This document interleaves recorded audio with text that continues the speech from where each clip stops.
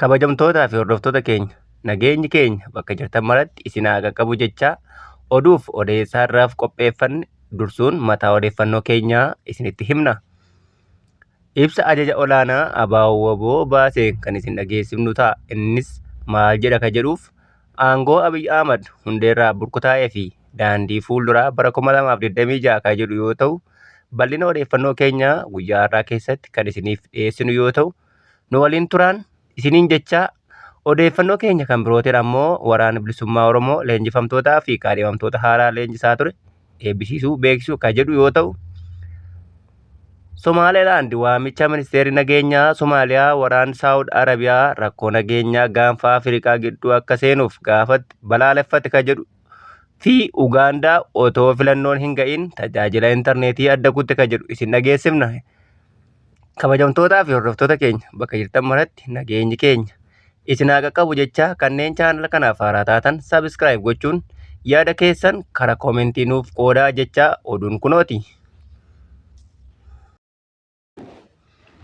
Aangoon Abiyyi Ahmad hundeerraa burkutaa'ee fi daandiin fuulduraa bara 2026 ibsa ajaja olaanaa ABO irraa kenname kan isin dhageessifnudha. Akka waggaan haaraan jalqabamuun hundeen aangoo Abiyyi Ahmad utubaawwan aangoo walqabatoo sadii irratti hirkachuun fiixee kufaatii irra jira. Hundeewwan kunneen daran burkutaa'ee dhufanillee wixxifannaa aangoo tifkachuuf guyyuu taasisaa keessatti qooda qabaachuun isaa akkuma itti fufetti jira. Utubaan jalqabaa itti gaafatamummaa tokko malee qabeenya biyyaa onsee waraana uummata irratti gaggeessuuf madaala kamiinuu olitti baasii waraanaatti jijjiiruudha.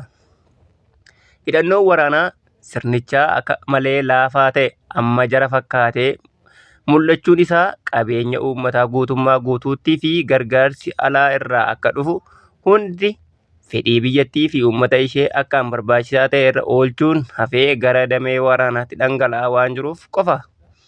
Ta'us baasiin daangaa dhabe kunillee bu'aa guddaa hin fidne. Lakkoofsa loltootaa qofa dabaluu fi meeshaalee teekinooloojii muraasa argamsiisuu qofa irratti hafe. Lakkoofsi qofti humna bu'aa qabeessa hin ta'u. Lakkoofsi namaas ta'e baay'inni meeshaa ogummaa waraanaa hammillee yookiin cichoomina bakka bu'uu hin danda'u. Armaan booda teekinooloojiin tooftaa waraanaa sirnichaa qofaan dhuunfatames amma humnoota mirgaaf falmaniitiifis dhaqqabaa ta'uun isaa dabalaa dhufeera. Dabalataan yeroo ammaa kana damee nageenyaa fi waraana biyyattii keessatti qoqqoodamiinsi kan durii caalaatti jabaatee deemaa jira. Dameeleen humna ittisa biyyaalessaa Itoophiyaa irra caalaa keessatti poolisiin federaalaa, tajaajilli odeeffannoo tikaa fi humnoonni naannolee keessa jiran hedduun gammachuu hin qaban. Miseensonni nageenyaa baay'een akkaataa qoodinsa qabeenya sadarkaa olii hamma gadiitti itti loogiidhaan bifa walqixxummaa hin qabneen qoodamuu irraa fi kallattii siyaasaa Abiyyi Ahmad biyyattii itti oofaa jiru irraa abdii kutannaan kaka'umsi dhabuun akkasumas walshakkiin hedduminaan mul'achaa jira. Kanaaf humnoonni nageenyaa hedduun isaanii kaka'umsa dhabuu fi walshakkuu fi akkasumas hojii isaanii irratti amantii kan hin qabne ta'uun hedduminaan mul'achaa jira. Humnoota nageenyaa kana keessa gareen tokko hanga ammaattuu akka meeshaa doorsisaa siyaasaatti hojjechuu itti fufaniiru. Waggaa darbe kana guutuutti yaada mormii itti fakkaate ukkaamsuuf, uummata ittiin sodaachisuuf akkasumas sirnicha mootummaa humna jabaa qabu fakkeessuuf bobbaafamaa bahuun ni beekama. Haa ta'u malee murni xiqqoon humni ittisa biyyaalessaa Itoophiyaa keessa jiran kan murna aangoo irra jiru deeggaraa jedhamu kun kasaaraa dirree waraanaatti irra ga'een jumlaan baqachuu akkasumas haamilee kufaa dhufuu irraa kan ka'e suuta suutaan dirqamaa jira. Sirnichi ammallee waraana jalaa haphatee guuttachuuf duula dirqiidhaan ijoollee waraanatti naquu, sochii qacarrii waraanaa hatattamaa, hidhattoota yookiin milishoota adda addaa lola bakka bu'ummaa isaaf godheen uumuu fi gareewwan dhablee sirnaan kan hin ijaaramnetti dhimma ba'aa as ga'e. Gabaabumatti humna isaa bakka hedduutti yeroo tokkotti bobbaasuun dadhabina guddaa akka qabu, hanqinni dhiyeessii meeshaa bal'aan akka mudatee fi tarsimoo waltaawaa kan hin qabne ta'uu ifatti saaxileera. Duulli waraana bilisummaa Oromoo yookaan WBO waggaa darbe keessatti humnoota kanaa waliin taasise kanaaf ragaa ifaadha. Cuunfaawwan lolaa waraanni keenya humnoota Abiyyi waliin bara 2025 keessa taasise daangaa teessuma lamaa fi yerootiin. Zoonii dhiyaa fi godinaalee Wallaggaatti kaambii waraanaa sirnichaa irratti irra deddeebiin weeraruu, daandii dhiyeessii sirnichaa dhorkuu fi murnoota humna raayyaa ittisa biyyaalessa Itoophiyaa fi humnoota milishaa haleeluu. Zoonii giddugala Shaggar Shawaa keessatti yeroo baay'ee naannoo kooriidariiwwan dhiyeessii loojistikii fi ijoo bakkoota magaalaa guddootti dhiyoo ta'anitti sakattaa yookiin bobba'insa taasise. Zoonii Bahaa fi Kibba godinaalee Arsii, Harargee, Gujii, Booranaa, Walloo, Matakkal, Beenishaangul Gumuz duula bal'aa itti fufiinsa godhameen falmaan keenya akka diddaa gabrummaa teessuma lafaatiin babal'atee humni sirnichaa bittinnaa'ee lola addaa tokkicha kamiyyuu laaffisuuf akka humna dhabu taasisuu agarsiiseera.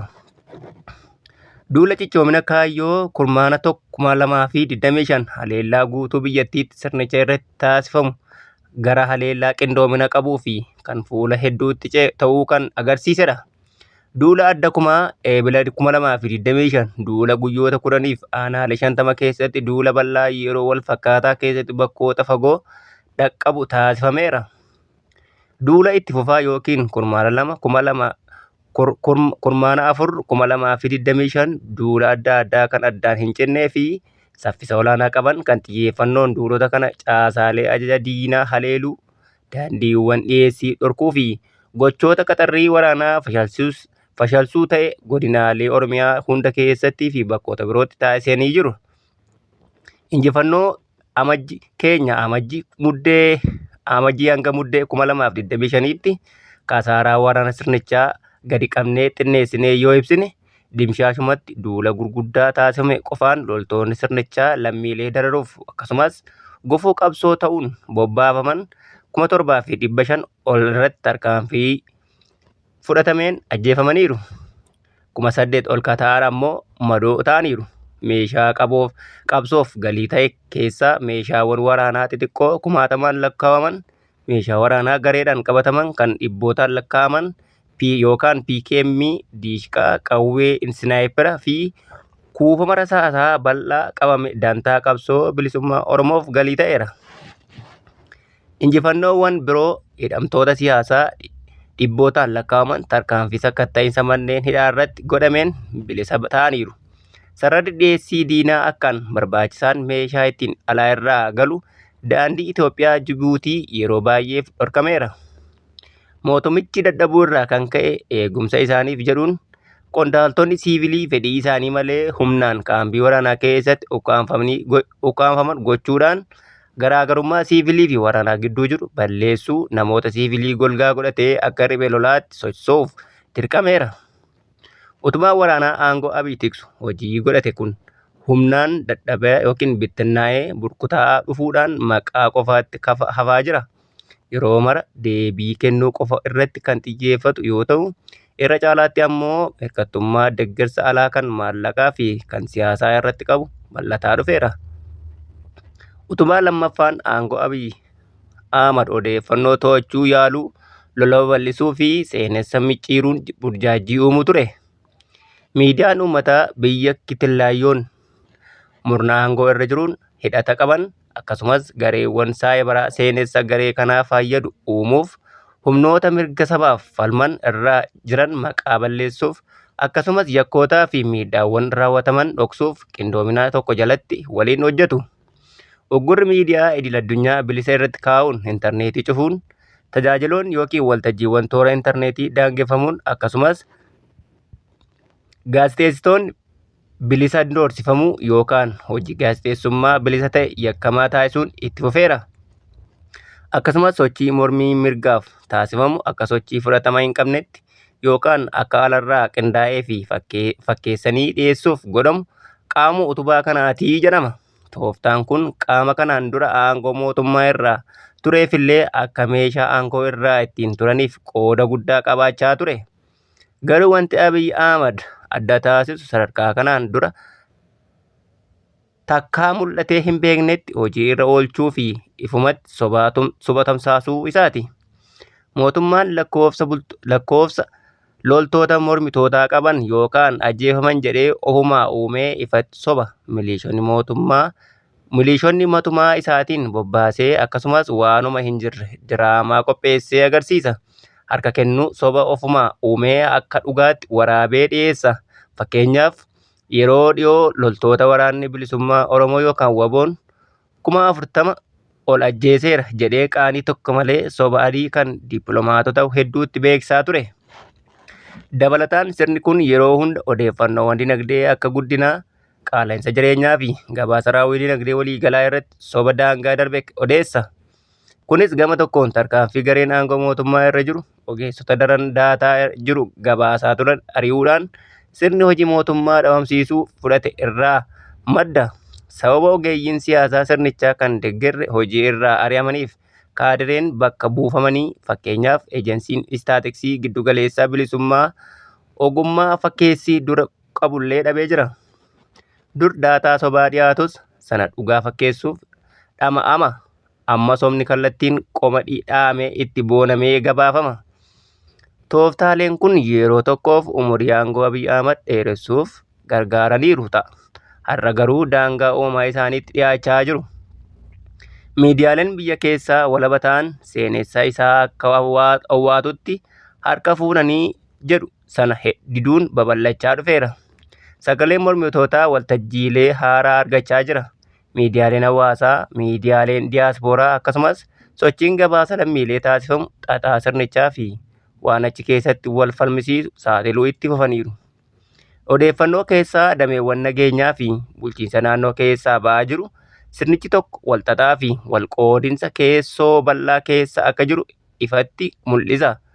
Yaaliin cunqursaa sirnichaa yakka haaromsaatti bulchiinsa badaa akka magaalaa guddoo miidhagsutti akkasumas itti gaafatamummaan dhabuun maqaa qabata yookiin haqa qabeessummaa ce'umsa jedhuutiin jedhanii sobuun kan booda amansiisuu hin danda'u. Uummanni biyyattii keessa jiru seenessa kan ifatti didaa kan jiru yoo ta'u, sirnichi shakkuu fi amantii irraa dhabuunis biyya keessaa fi alaatti illee daran dabalaa dhufeera.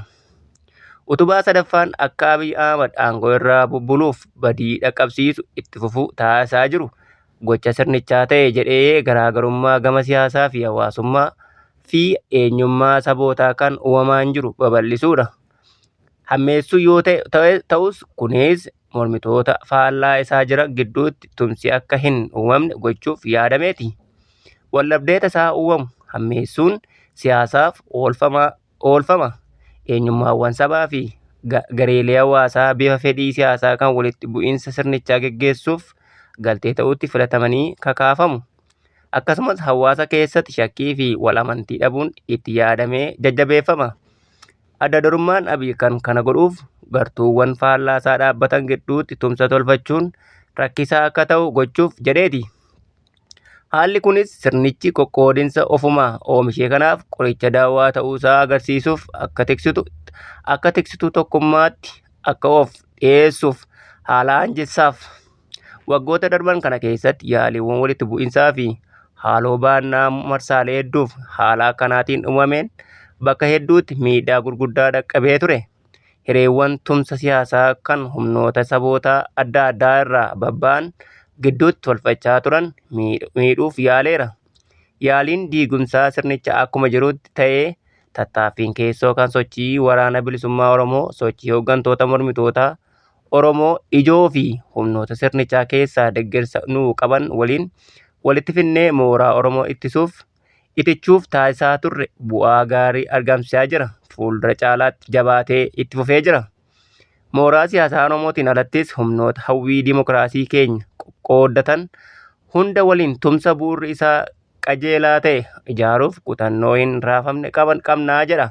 Kana malees murannoon guutuudhaan humnoota mormitootaa hunda waliin ta'uudhaan uummanni keenya bilisummaa ofii tokkummaadhaan hiree ofii akka murteessu hammeessuu irratti hojjechuu keenya itti fufna.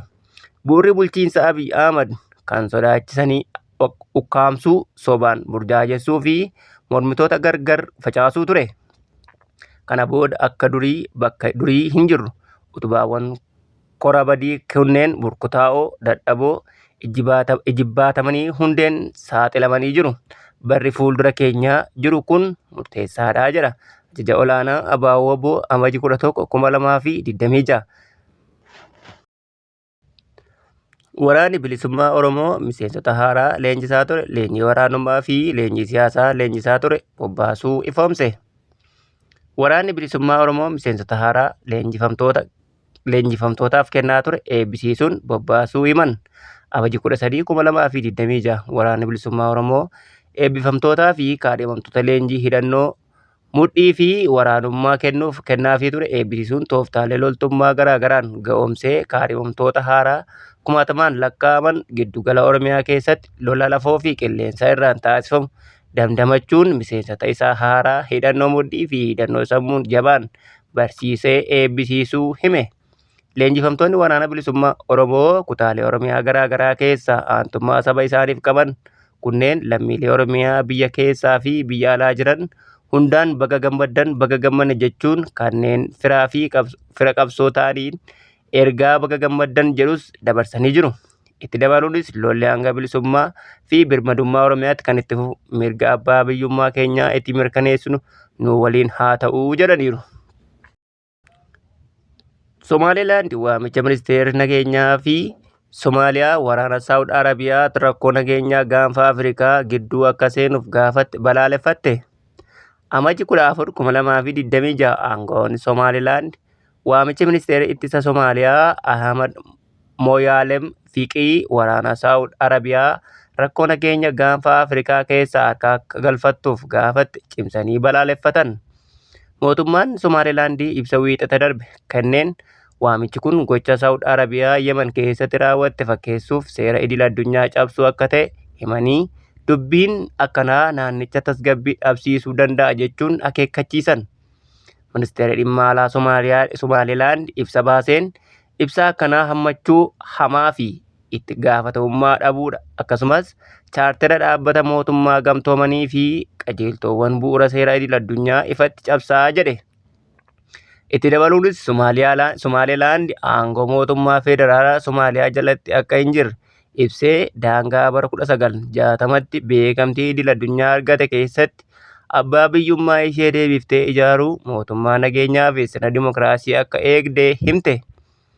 Somaalilaand bara 1991 kufaatii mootummaa giddugaleessaa Moqaadishoo booda Somaaliyaa irraa walabummaa ofii labsite. Ergasii waggoota 30 ol caasaa mootummaa maallaqaa fi nageenya of danda'e ijaaruun hojiirra oolchite ta'us hanga ammaatti beekamtii idil addunyaa guutuu hin arganne. Odeeffannoo keenya biyya alaatiin ammoo Ugaandaan osoo filannoo hin gahin tajaajila intarneetii ugguruu beeksifte. Amajjii 14/2026 mootummaan Ugaandaa osoo filannoon hin gahin dura guutuu biyyattii tajaajila intarneetii ugguruun himame. Filannoo pirezidaantii biyyattii kanaan kan taayitaa irraa waggaa 40 jiran Yuweerii Museveeniin bara bulchiinsa isaanii ni dheereffatu jedhameetu eegama. Qaamni mootummaa dhimma kana raawwachiisu qibxata galgala sa'aatii 12 irraa eegalee dhaabbileen quunnamtii intarneetii kanneen akka tajaajilichaa ugguran kallattii kenneeraa jedhe. Kanumaan walqabatee qaamni hordoffii intarneetii Neet Blocks jedhamu quunnamtii intarneetii sadarkaa biyyaatti addaan cituu mirkaneesseera. Tajaajila intarneetii ugguramuun kun sagalee filannoo amajjii 15 kan kennamuuf yaaddoo uumeera. Filannoo kanaaf maanguddoon umurii 81 kan ta'an Museveeniin hooggantoota Afrikaa yeroo dheeraaf biyya bulchaa jiran keessaa nama sadaffaadha. Hoogganaan kun miseensa mormitootaa fi sarbituu Poop beekamaa Ugaandaa Boob Wine osoo filannoon hin gahin hidhuun isaa yaaddoo fideera. Hidhattoonni nageenya Ugaandaa osoo filannoon hin gaggeeffamin dura deeggartoota paartii mormitootaa 100 lakkaa'aman kunneen hiriira duula filannoo deeggartoota Waynii hirmaatan irratti gaazii imimmaan nama boochisu dhukaasaniiru.